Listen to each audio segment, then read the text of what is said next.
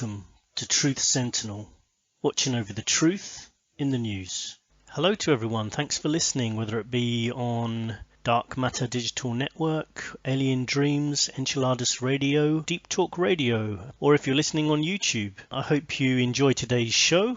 We're going to be talking about dreams and also looking into the idea that we can manifest our own reality. We're going to be talking to Phil Gardner, first of all, who's joined us in a number of episodes. And also we're going to be talking to Rosemary Ellen Guiley again, who we've spoken to before. She's written books on all kinds of different esoteric topics. Just a quick reminder before we start that you can find us at www.truthsentinel.co.uk, and you can email me anytime at scottsentinel9@gmail.com. So settle down, relax, get comfortable, get your favourite drink. Let's get on with the show. So today we're going to talk about dreams with our guest later, who's Rosemary Ellen Guiley. But first we're going to have a quick check-in with Phil Gardner, one of our resident researchers and sort of co-hosts in a way. So Phil, hi. I just want to say hello first of all. Hi, good to be on the program again, Scott. Always good to have you. And today we're talking about dreams and manifesting reality. And I know you have looked into that a bit in the past and also more recently as well. So I wanted to start off by maybe talking about dreams and what you've been looking into about dreams. If I give a little bit of the background, like they've been studied for as long as we've been writing books, for example.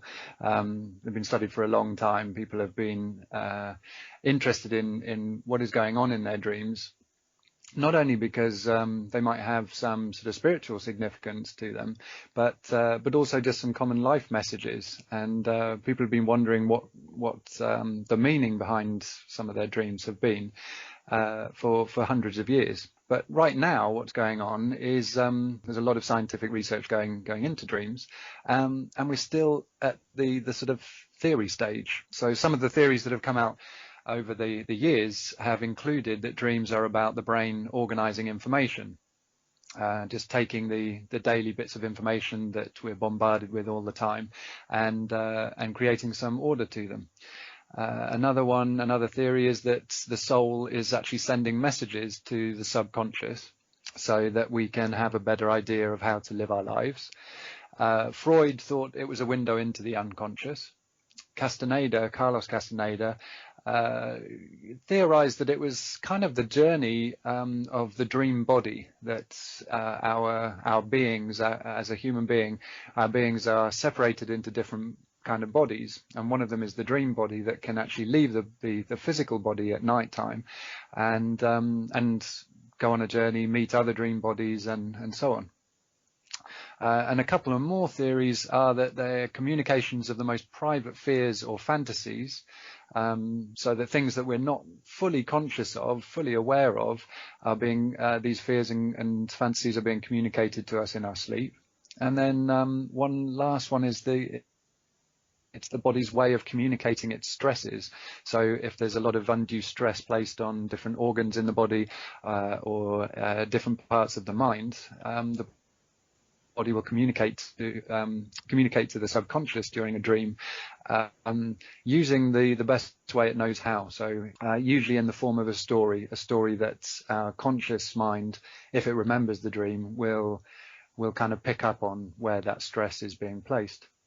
And unfortunately, no scientist has actually yet been able to prove or disprove any of these theories about dreams. They just stand as they are, just theories. Can I add one to the list, which I'm just literally making up on the spot? I wonder if dreams are like the body has waste products, like we shed skin and we obviously have other different types of waste as well. And I wonder if it's kind of like a way of sort of releasing echoes of the thoughts we've had during the day. And also a bit like, when you kind of shut down a laptop or you put it into sleep mode, it's still kind of probably there's some processes going on in the background, but you haven't got all the functions working.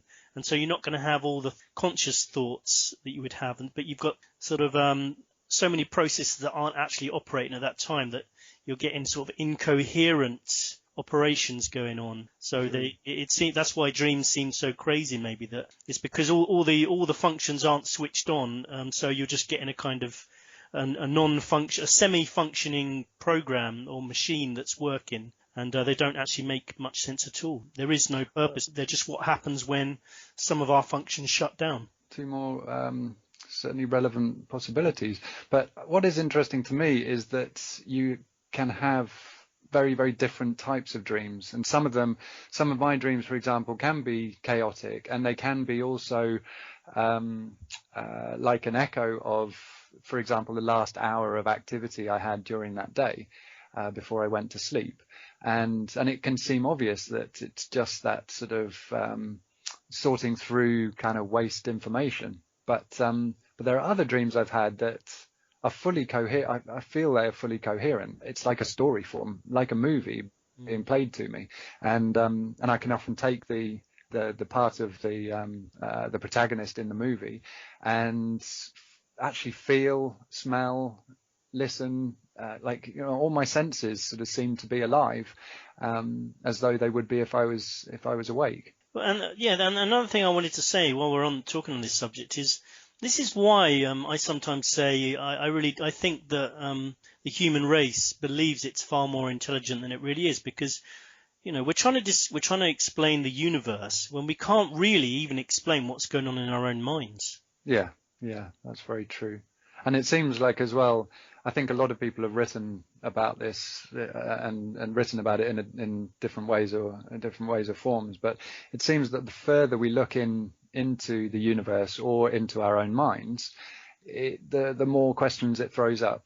It's like the more closely we look at something, we find it the sort of the most intricate details we possibly can, and it seems to throw up a load more intricate details that just cause more questions. That just seems to be part of the nature of the universe and the nature of the mind as well. That's very true, and that reminds me of a lot of the topics we talk about on this show. For example, the search for MH370, which every time you find a new clue just throws up more questions. Yeah. Yeah. So shall we move on to manifestation? Yeah, because I remember talking to you in the past, and that you have sort of maybe tried out some of these techniques, and I wondered if you could give a little bit of background to it, and whether you believe any of it works. Yeah. So to give a bit of a background to it, I think it became mostly popular through the New Age movement, and the New Age movement grew in popularity during the 70s and 80s, but has existed since the 2nd century and beforehand, beginning with kind of the Gnostics, Freemasons, and the teachings of a woman called Helena Blavatsky, who is a kind of spirit medium and occultist, and who the co-founder of the Theosophical Society. But New Age ideas have been have many different origins from a variety of places. Most of them traced to Eastern religions such as Hinduism and Buddhism. Now, the Buddhists believe that everyone and everything in the universe is intricately connected, and that everything is formed of energy, just energy vibrating at different frequencies. Sounds like the teachings of David Icke as well. Yeah, very, very similar. I think kind of a lot of sort of teachers, a lot of spiritualists around nowadays have taken the kind of core of their belief systems from places such as Buddhism. Buddhism has been a real catalyst for a lot of these new kind of ways of thinking, new ways of seeing the world. So even physicists and quantum theorists now accept that matter is mostly empty space, and the only thing that gives matter its solid characteristics is an energy field between objects, which is namely an electromagnetic field. So the solidity of objects is basically an illusion. Every single object we can see in front of us is gradually kind of degrading in front of our very eyes, but so slowly that we can't see. And the solidity is provided by this electromagnetic field. I know my laptop is gradually, actually quickly degrading in front of my So I've heard, and we need to renew that as soon as possible, I guess. Quick appeal to listeners. Truth Sentinel will have very limited existence unless we can upgrade some equipment. So please, if you can, please donate. Anyway, please carry on. Therefore, this includes our thoughts and feelings that that are basically made of an energy. And our thoughts and feelings, therefore, have a direct impact on the world around us. So if they're focused in the right manner, we should theoretically be able to realize our desires. In other words, make the thoughts of what we want become our reality. And so sprung out of all of this, we have manifestation, which quickly became sold as the law of attraction, a kind of a universal law that says like attracts like, as with magnetic forces. So with the film, for example, called The Secret, that had various professors, businessmen and religious adepts telling of their own experiences and how they attracted enormous wealth or desired experiences into their lives. It's not much of a secret though, is it? Because everyone seems to have seen the movie. It's not much of a secret anymore. But I think they kind of marketed it as The Secret because it was a good marketing tool, I guess. They were marketing it as like an insight behind the lives of successful people and how they actually acquired their wealth, or how they actually acquired the sort of lifestyle they most desired. The skeptic would say they manifested a lot of wealth for themselves. Yeah, basically. So now almost every New Age spiritualist will preach something of manifestation. And although few can tell you why it hasn't worked for some of those who've tried, those who can will complain that you haven't got the right mindset, or you aren't trying hard enough, or you have a lot of negativity inside you, and blah, blah, blah. My own experiences of this has been that sometimes it works and sometimes it doesn't. Well, that's what I thought about it. It's like I watched The Secret. I thought, well, there's definitely some truth to this. It kind of links into positive thinking, and there's definitely some truth.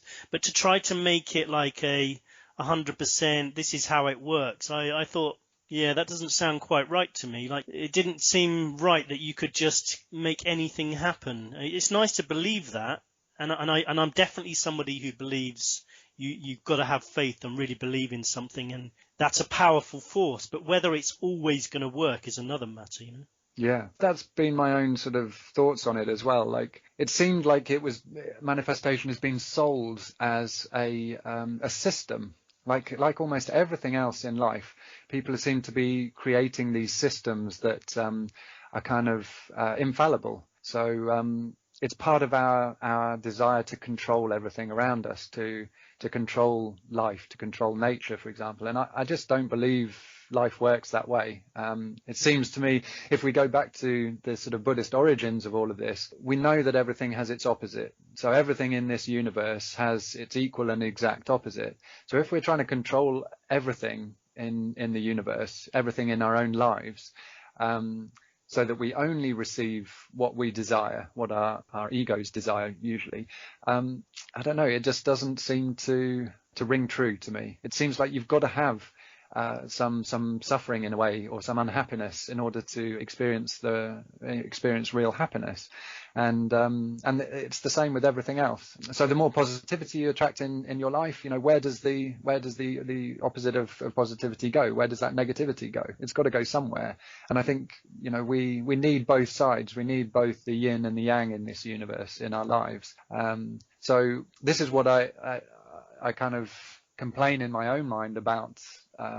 Some of the adherents of manifestation is that it seems like a lot of them just want to attract what they think they most want in their lives, but it's not going to happen. You're going to get some bad experiences in your life. You're going to experience some sort of bad luck as well as the good luck. I think that's very true, and I think where the mind comes in is how you're going to deal with those situations when they happen, because they pretty much are going to happen. Some people get more of them negative things than others. It seems a bit unfair, but I think it's how you react. And it's a bit like being in a boxing ring. If you get punched, are you going to go back to your corner, throw in the towel, or are you going to stand up and fight? And I think sometimes you have to do that as much as possible, even if it's again and again and again. There's that's part of life. Yeah, I agree. Yeah. Just one more thing to say about it was that, again, this is sort of part of my own experience of manifestation. It seems that if you have conflicting sort of self-sabotaging programs running in your subconscious at the same time as you make your positive affirmations for what you want to manifest, then one will cancel out the other. So by self-sabotaging programs, I mean all the negative beliefs that we carry around with us that we learned as children. One of the most common ones being, I'm not good enough. It's a belief that sort of runs through so many individuals in our society, in the Western society especially, because of the way we've been brought up, because of all the influences of adults when we were children, who were also carrying around their own negative self-beliefs at the time. So if you're trying to create this really positive, in fact 100% positive sort of outlook on the world, so that you can manifest your deepest desires and wishes, you're going to fail if you're still carrying around lots of other negative beliefs that counteract those positive beliefs. And that's where I think, people kind of have it wrong. It's like creating a war in yourself. You're just creating more conflict in the world. Basically, you're trying to fight with the good side or the positive side against all the bad side, the negative side, and we've seen, throughout history, going back several thousand years, that all these wars, they haven't actually achieved anything. We haven't actually got to any stage ever where all negativity or all evil or all badness has been destroyed so that only good prevails. It just doesn't work. The universe just doesn't work that way. It doesn't seem to, does it? And we've talked about education in the past, you and I.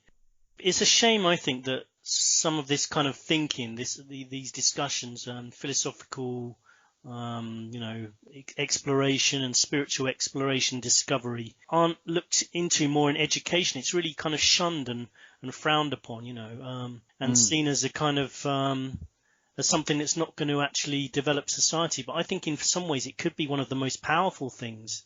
If you could get people in schools and colleges and universities to really start thinking about what life is all about and how we can improve our own lives and focus more on life skills and how to deal with things, then it just seems like that would be a great way to go, but it's not happening at the moment. But thanks for your input on this, Phil, and we'll go over to Rosemary Ellen Guiley now to see what she has to say about dreams and manifestation. So, hello once again, Rosemary. We recently chatted to you about vampires, and another topic which is almost as alluring and popular and mysterious is the topic of dreams.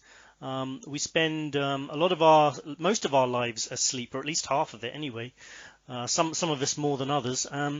And some of that time will be dreaming, and yet most people don't have much knowledge of what dreams are about and why we dream. I know you've written various books on the topic, including the Encyclopedia of Dreams, Symbols and Interpretations, the Pocket Dream Guide and Dictionary, and Dreams and Astral Travel. How well do we know what happens during our dreams and as to what the purpose of dreams are?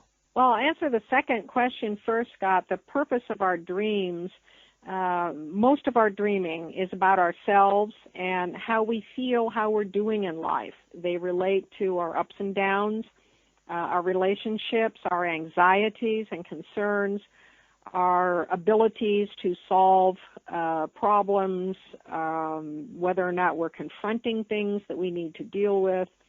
And then some of our dreams deal also with a much bigger picture, what our purpose is in life, what our soul's journey is, our connection to something transcendent, that is to God or to a higher source, to the spirit realms, to the dead, to angels, to spirit guides. Dreams do all of these things, and the more we pay attention to our dreams, the more we benefit from the wisdom that they offer. They seem like they're very nonsensical much of the time, but actually they speak quite clearly. They speak in symbols. And if you devote a little bit of attention to dreams, you can be quite surprised at how dreams are not only addressing the imbalances of life, but also providing information for what to do about it. And I think that's very significant as well.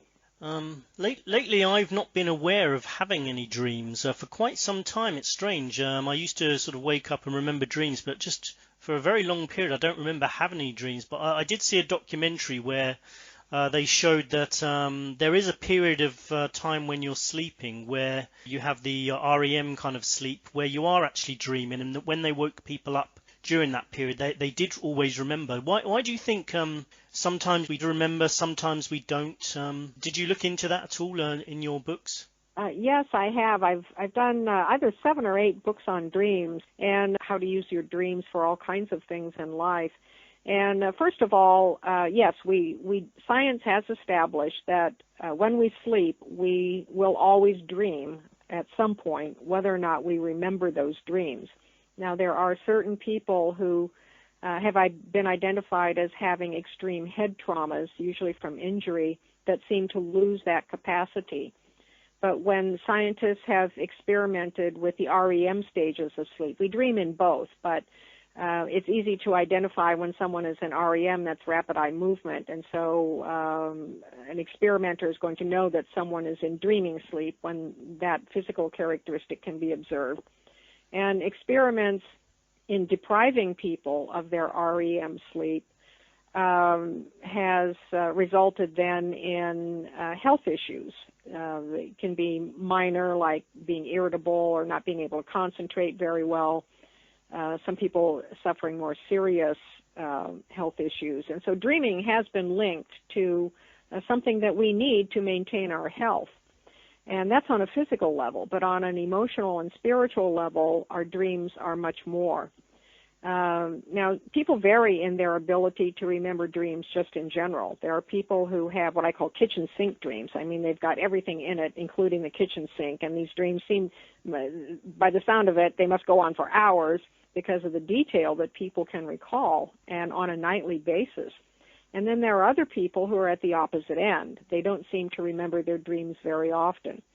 Well, science assures us that we are still dreaming nonetheless, and the ability to recall dreams could be related to some sort of chemical composition having to do with how the brain processes and stores information. Dreaming is not impressed in short-term memory. I mean, it's not impressed in long-term memory. So once we wake up, if we don't do something to put our dreams into long-term memory, they're going to evaporate like mist on us. And then also periods of stress. We can go through periods in our life, even quite lengthy, where our recall drops off or at least drops way down, and then it comes back. We also remember fewer dreams as we age. That's a natural component of aging. We're spending less time in REM sleep, and we have lower levels of various hormones that are released during sleep. So all of those factors can influence recall. Medications can, whether or not someone drinks coffee before going to bed or has an alcoholic drink or recreational drugs, all of those things can have varying degrees of influence on our dream recall. But one thing has been demonstrated with a fair amount of reliability, that regardless of where your level of recall is, if you start paying attention to your dreams and writing them down and spending time interpreting them, it invites a greater recall. And you may not be a Mozart of dreaming like some people, but you can at least improve your recall to some degree. I think you might have nailed it with the aging. That could be why I'm not remembering my dreams recently. What about lucid dreams? I presume those are the dreams where it feels like you're awake, but you are technically asleep. I've had some like that before myself, and even one of those out-of-body experiences where you're kind of looking down on yourself. How common are they, and do you think there is any danger with them? Could you actually sort of move away too far from your body? Presumably that's what happens when you die. You sort of drift away from your body. Do you think out-of-body experiences are dangerous at all, and are lucid dreams common? Lucid dreams are more common than most people realize. Everybody has a lucid dream every now and then, and some people are very prolific lucid dreamers. They're lucid dreaming every night and multiple lucid dreams. So here again we have different abilities of dreaming and dream recall. The research on lucid dreaming has suggested that this is a faculty that can be tied to enhanced levels of creativity and even self-healing. This is speculative, but I think this is an evolving faculty of the brain. In lucid dreaming, sometimes you feel very dramatically that you're out of body. You feel yourself go out of body, or suddenly you just know you're dreaming while you're dreaming, and you can direct the course of the dream. Some people have extended periods of lucidity, and some people lose a lucidity as soon as they realize they're lucid. There are ways to practice having lucid dreams. People have varying degrees of success with this. But as for the danger element, I think many people feel a little uncertain or even kind of scared a bit when they feel that they're out of their body or they feel themselves go out of their body. But I don't think that during sleep they're in danger of not being able to get back in. If you read the works of Robert Monroe, who was quite a veteran at out-of-body travel during the twilight period of sleep, the hypnagogic stage, he does talk about this, where can you get into such distant reaches that you might not be able to get back. I think that's a very rare circumstance, and the average person during sleep is not going to find themselves unable to get back in. And in fact, people who do out-of-body projection and who have a lot of lucid dreaming, many of them talk about getting more and more used to it. And the more used to it you get, the more of a comfort zone you get. It's, I guess, sort of like learning how to drive a car. It seems kind of scary at first, but then you realize how much you can control the factors involved. And you mentioned creativity. I once dreamt quite a boring dream where I just went to work, and it was just like a whole typical day at work. And it was quite a long dream, just a typical day at work. And when I woke up, I actually had to go to work and do it all over again. Is there any way we can help our dreams to become more creative? Yes, there is, Scott. And we can use a very ancient technique, which today is called dream incubation, which is giving your dreams some instruction to do something that you want to accomplish. People feel that they're passive recipients of dreams, but we can be proactive dreamers. We can give ourselves instructions prior to sleep that we would like the dreaming mind to answer a question, provide information, do something, along with the instruction that we will remember the dream when we wake up. And I use this all the time, especially for creativity, when I'm looking for new approaches or perspectives, ideas, or I'm developing something. And I give instructions for this in DreamWork for Visionary Living. I've done dream incubation for many years, and dream incubation can help us solve problems. Many examples throughout history of famous writers, scientists, mathematicians, businessmen, all getting answers to questions in dreams. And sometimes the answer is in the dream itself, but just as often it's not in the dream, but you have the answer when you wake up. So the dreaming mind has done some processing for you. And I consider dreams to be mirrors of truth. They reflect back to us how we feel we're doing in life, and they reflect back to us truth about ourselves. And they're very blunt about it. So we do need to pay attention to our dreams. Invaluable allies when it comes to problem solving. It's a good idea to ask, in the beginning especially, yes or no questions, because if you start asking complex, convoluted questions and you're not used to paying attention to your dreams, you're not going to be able to sort anything out very well. So the good thing is to start with a yes or no question. Should I do this? Should I do that? Not how can I do blah, blah, blah, because the answer to that might be harder to discern. The more you do it, the more complex your questions can become. But in the beginning, it's a good idea to just keep it straight and simple. And what about trying to influence your dreams by sort of controlling the input you're putting into your mind, like from movies, TV, internet, news, media, etc.? Do you think that's another way you could control your dreams? The exterior world certainly influences our dreams, and these are called day residues. And this is one reason why people often dismiss their dreams as having any significance. Because let's say that you went to see a movie, and then that night you had a dream with elements from the movie in it. That's called day residue. The residues from the day have penetrated the action in the dream.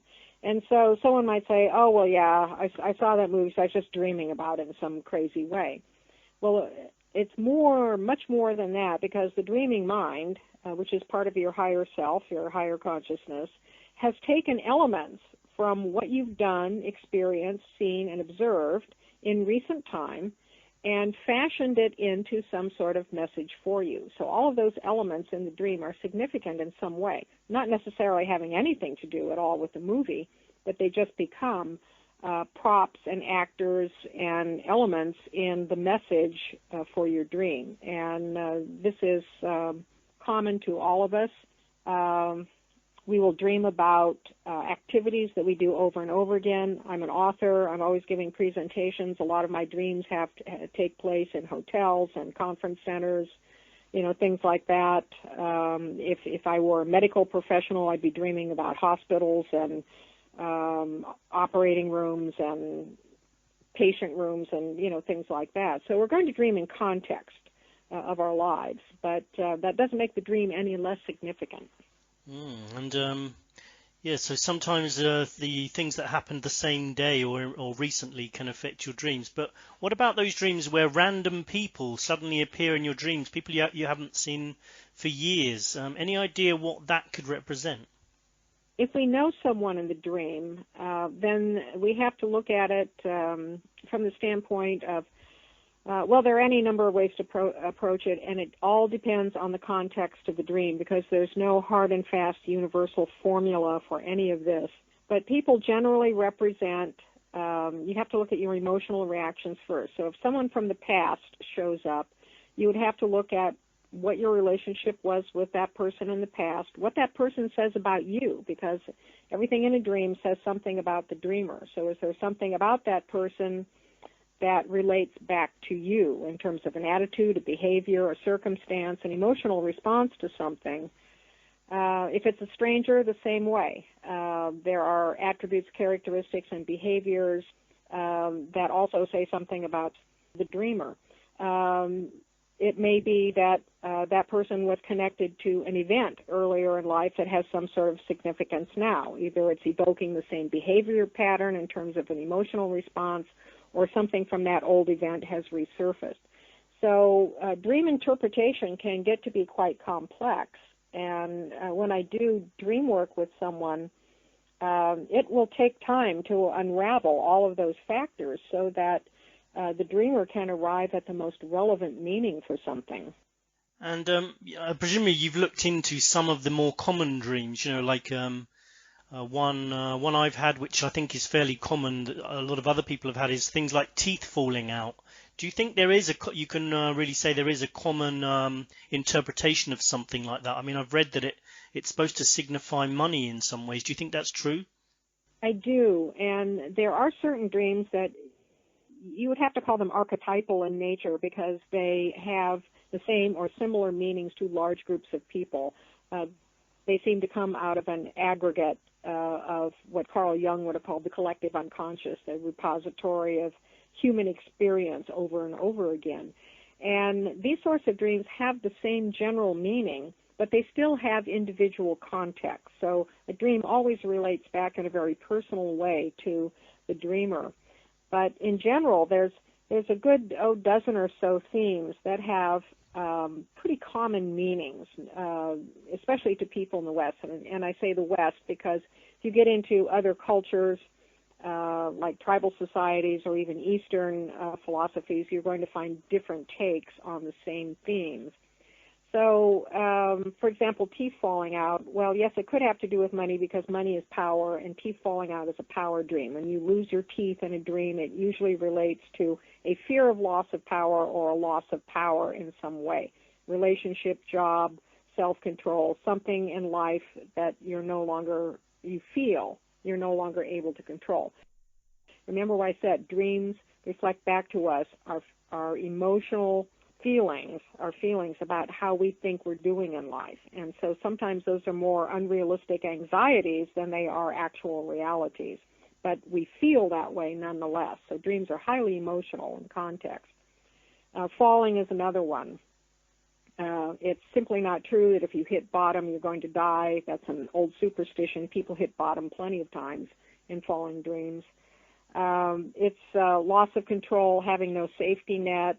Obvious associations you could make with that, being in a free fall, again, being out of control. A lot of our anxiety dreams have to do with control issues and how we're managing things.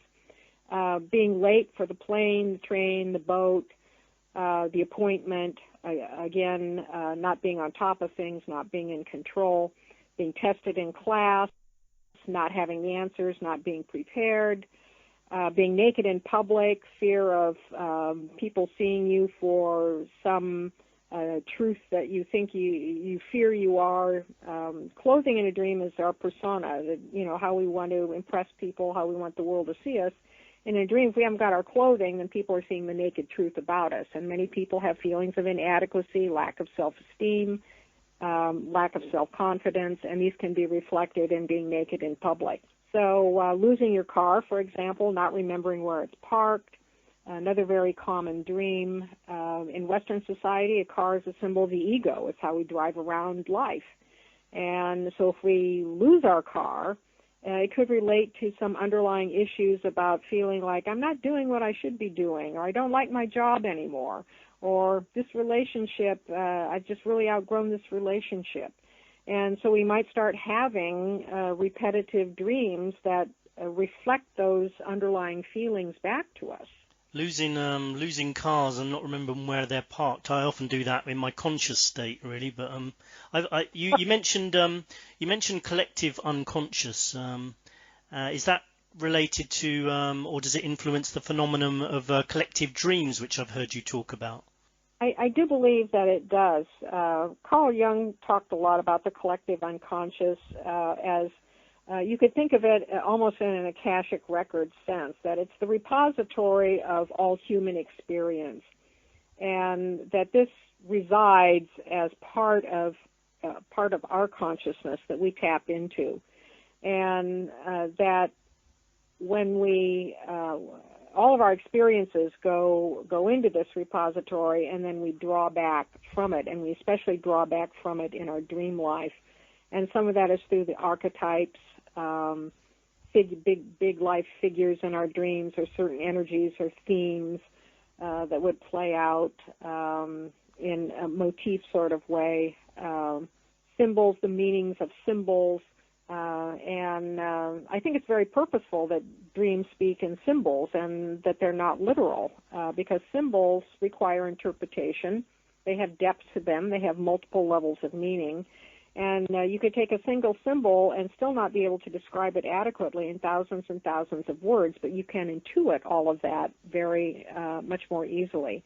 And so dream work it's a intuitive approach to understanding what's going on. So dreams give us constant feedback about us, how our barometer, about how well we think we're doing, and also how well we're doing. Because it's human nature to stuff a lot of things under the carpet, emotional, physical, and spiritual things, not deal with them. Dreams will bring these things to the surface and invite us to confront it. And if it's vital to our well-being and we're still not confronting it, dreams will become much more urgent, to the point of becoming repeating nightmares. And these dreams all have healing components to them, because they are asking us to restore balance in life, and they are also providing us information with how to do that. Yeah, what about nightmares? They seem to come out of the blue sometimes, and people often get that really nice feeling of relief that it wasn't real. So in some ways, the actual waking moment is quite positive. Are nightmares a negative thing, or what do they represent? Well, there are nightmares that really do need to be dealt with from a medical perspective, where they have a pathology to them, post-traumatic stress, or they've stemmed from a very serious trauma or abuse or something of that nature. They require medical attention, and that's really a whole different class of nightmares.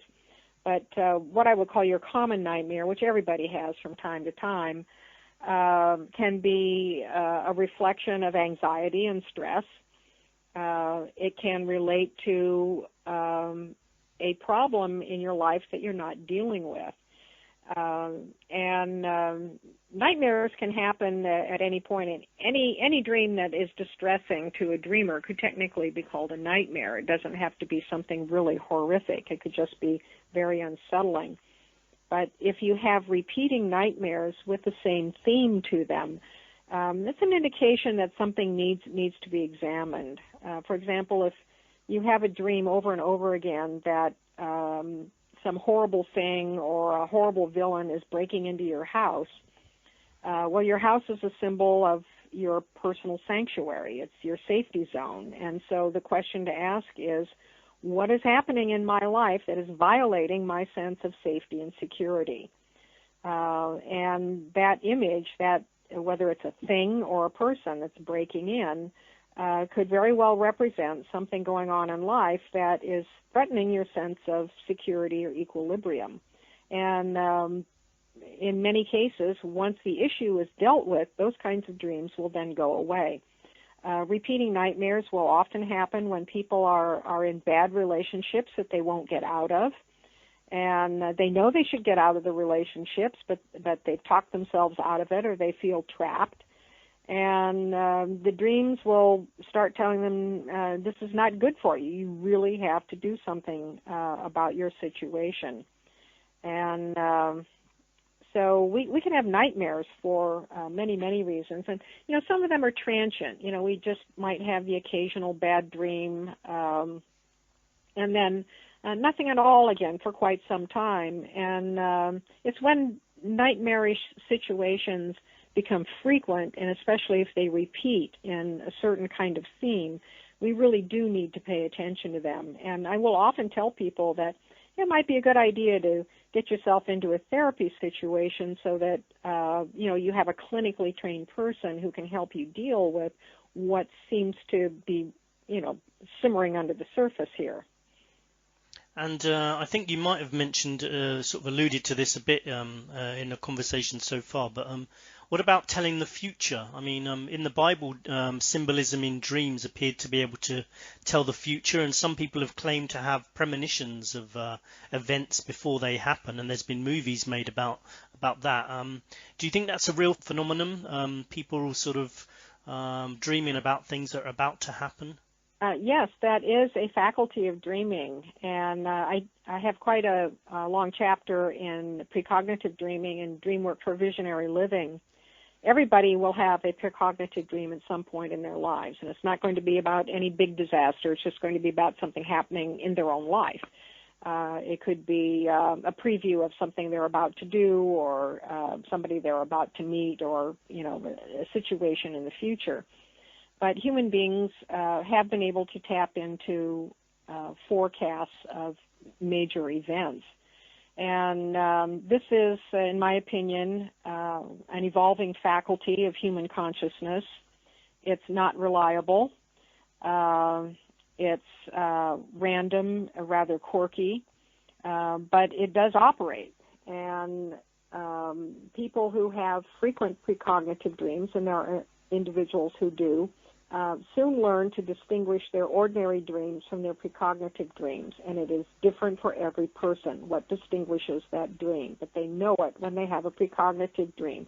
A dream of a plane crashing does not mean that a plane is going to crash, but in precognitive dreams, the dreamer will recognize a certain tone, feeling, or even imagery in the dream that tells them that this is a pending event. Usually by the time people have precognitive dreams, the forces in motion leading toward that event are past critical mass factor, and the event is going to take place.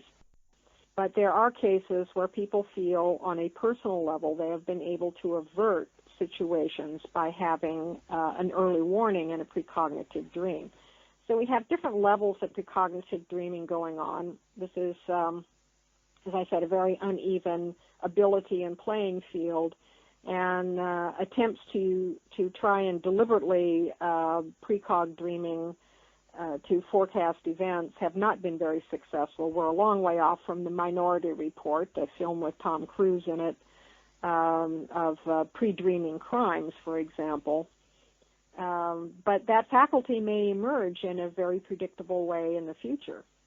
And one thing that's become very a lot more popular, the idea that we can manifest reality, maybe not so much through dreams during our sleep, but perhaps during our wake time as well. Is that something you looked into as well? Things like, I think there was a video called The Secret. How powerful a force is manifestation? Do you think people can really use sort of visualization to improve relationships, finances, and general well-being? If people realized the power of their thought and intention to manifest reality, they would get their acts together, because thought is extremely powerful. And in all esoteric philosophies, that is a fundamental. In mystical traditions, manifestation begins with thought. It begins with intention. And that's the visionary capacity of the human being, the ability to envision something that isn't manifest and then be able to manifest it. There is tremendous power in united thought, and individuals can certainly do a lot to manifest things in their lives. The individuals has to deal with collective energies. You're not just going to be able to sit down and say, well, I wish I had a pile of, $1 million sitting here in front of me, and voila, there it is. It's not that simple. But we can manifest tremendous things in our lives. We can heal ourselves. We can be tremendously creative. We can create the opportunities that we really desire around us.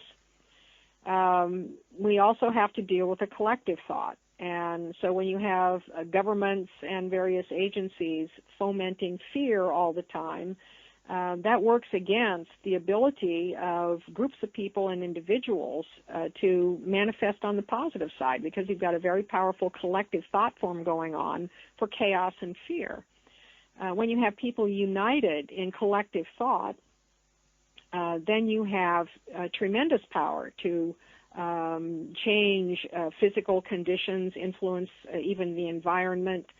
We could influence world events if enough of us united in heartfelt collective thought. That's what a World Prayer Day is for. If we did it enough, but most people dismiss their thoughts. And if you police your thoughts on a daily basis, and every one of us is guilty of this, you will wind up thinking more negative things than positive things in any given day. Anxieties, worries, mean little nasty thoughts about the people around you who displease you in some way. If you were able to keep a diary of your thoughts on a daily basis, you probably would be shocked at the amount of time you spend in negative thinking. This is human nature. And so we really have to, if we're going to do a course correction, we really have to start being more mindful about keeping a higher level positive framework. And it's not impossible. We can all make tremendous strides doing that. But yes, and we keep hearing this lesson over and over again. And the secret is only just the latest, or one of the latest explanations of that. This is a very ancient tenet. And it seems to have been instilled in humanity from the creation of human beings, and especially from intellectual thought. And yet, over the course of time, we don't take advantage of it the way we could. Now, in today's society, where we now have global media, we have and the internet and social media, things going viral and trending on social media all the time. You don't think these things are not being monitored? They are, and they are being plugged into algorithms to predict how masses of people will react to any given situation. So the potential for mass manipulation of thought is tremendous, and I believe that it's already going on. So the individual really needs to be more diligent than ever about how we are using the power of our thought. We need to maintain our personal autonomy. We should not be manipulated, and the powers that be understand very strongly that collective thought, collective intention, united emotion is a powerful force for manifestation. Wow, yeah, it makes you wonder, doesn't it? Like this war on terror, and when government leaders stand up and say an attack is highly likely, threat level, an attack is imminent, whether they actually know that by sort of making everyone think that and raise the level, that they're going to actually create incidents. Intelligence agency around the world monitors these things as best as they can. And like I said, they're all plugged into algorithms. And these algorithms then predict outcomes. Like if this scenario happens, what are the likely outcomes? What's the percentage that this will happen? What's the percentage that that will happen? And so the potential for manipulation then really ratchets up. And the more we get plugged into our global media and our social media, and it's a necessity of business today. It's not only just a social connection, but it is a necessity of making your way in the world today, to be plugged into this community and be able to thrive in it. So it's a double-edged sword. It creates fantastic opportunities, unforeseen ever in human history, and yet it has a very dark side as well for the potential for manipulation.